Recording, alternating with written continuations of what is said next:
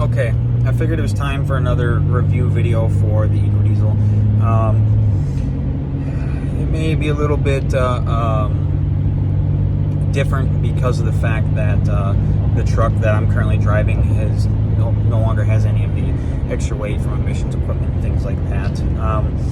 With it being said, this is a 4th gen ecodiesel. The 5th gen ecodiesels are significantly nicer. The 5th gen trucks are nicer in general. But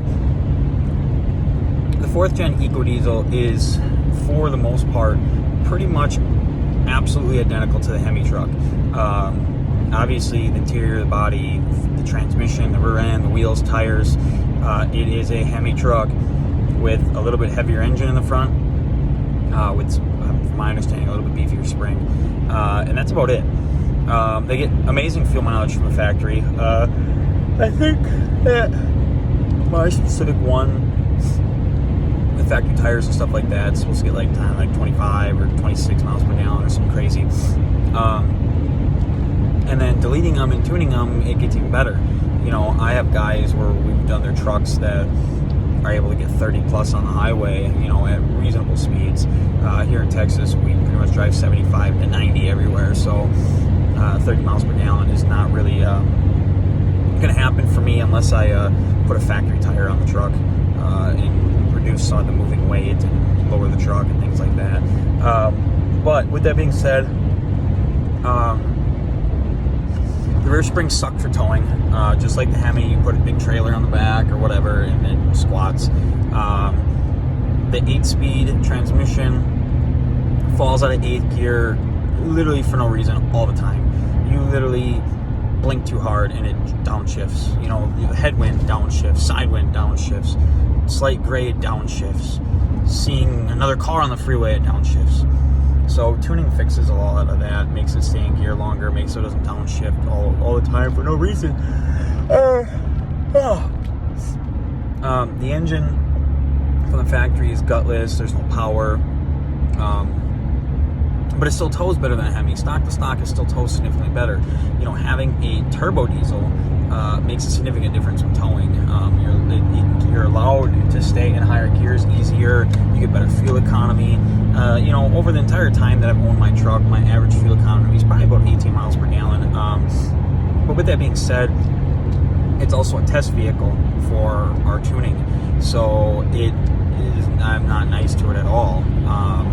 We flat-footed a lot. There's times where I go on a road trip and I get 700 to 800 miles per gallon on a tank, which I have a slightly larger than factory tank. And then there's times where I'm doing a lot of testing and I'm beating on it and I get 300 to 400 miles on a tank. So it definitely can burn through some fuel once you start making some power with it.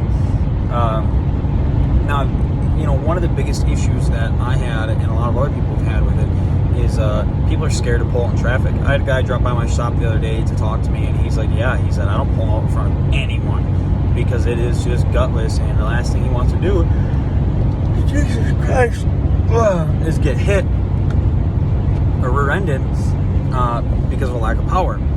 So, if you're going to buy an ecodiesel pickup truck and you want to be able to leave it stock and you want to be able to enjoy it, you're going to need to buy a 5th gen with a 392 rear end in it. That's the only way it's going to come close to you even being able to enjoy it. You know, you can buy one of them stupid pedal commanders and bump up the throttle sensitivity and it'll drive a little bit nicer. But you could have us tune it as well and leave all the emissions equipment on it and make it significantly drive better. And we can actually make the emissions even better on it. But it's one of the things where if I'm going to recommend you buy it, I'm going to recommend all of the extra crap gets taken off the truck, because that's the crap that takes out the motor, that's the crap that wrecks these engines. It's expensive to fix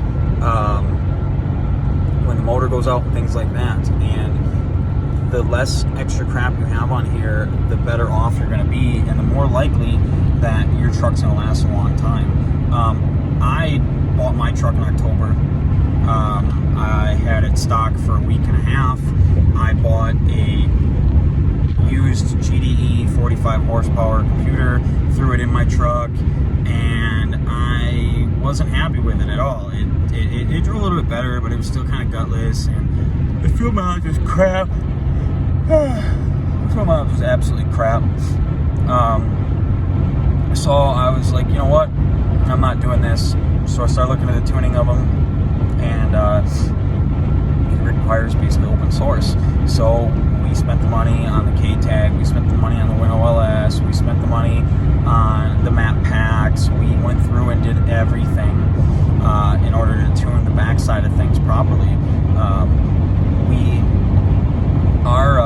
And I did all that because I couldn't stand the lack of power. I couldn't stand any of that.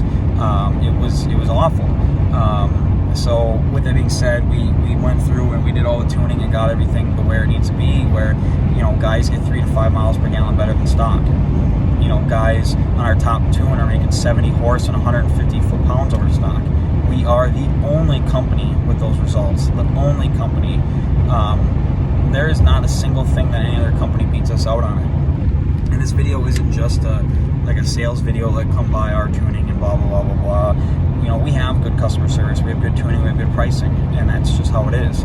But what this video is about is telling you that the ecodiesel truck can be a good truck, it can be a reliable truck, but it's a boring truck. It's a 3-liter diesel. It makes almost absolutely no power. Now, for some people, that'll be enough, but if you've ever had a Cummins that was deleted, like a 6.7, you're talking, what, 520 horse, what, 11, 12, 1,300 foot-pounds of torque?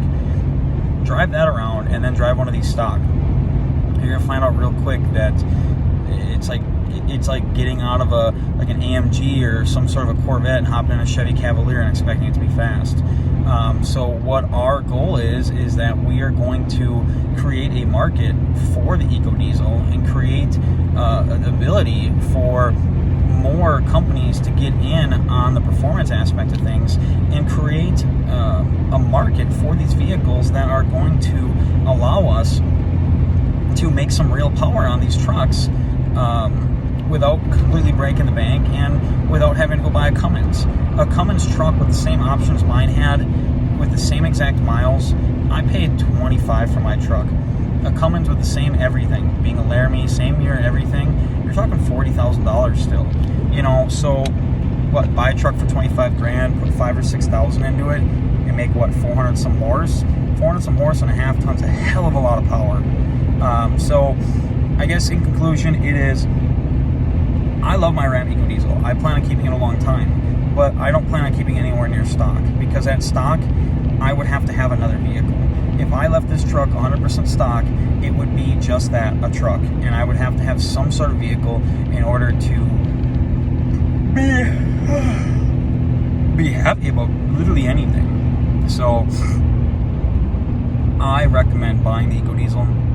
But I recommend, if you're going to buy it, that you go out and you buy quality tuning and quality parts for it. You don't have to buy stuff from me. Just make sure that what you're doing is quality and that the people that are doing it are quality people as well.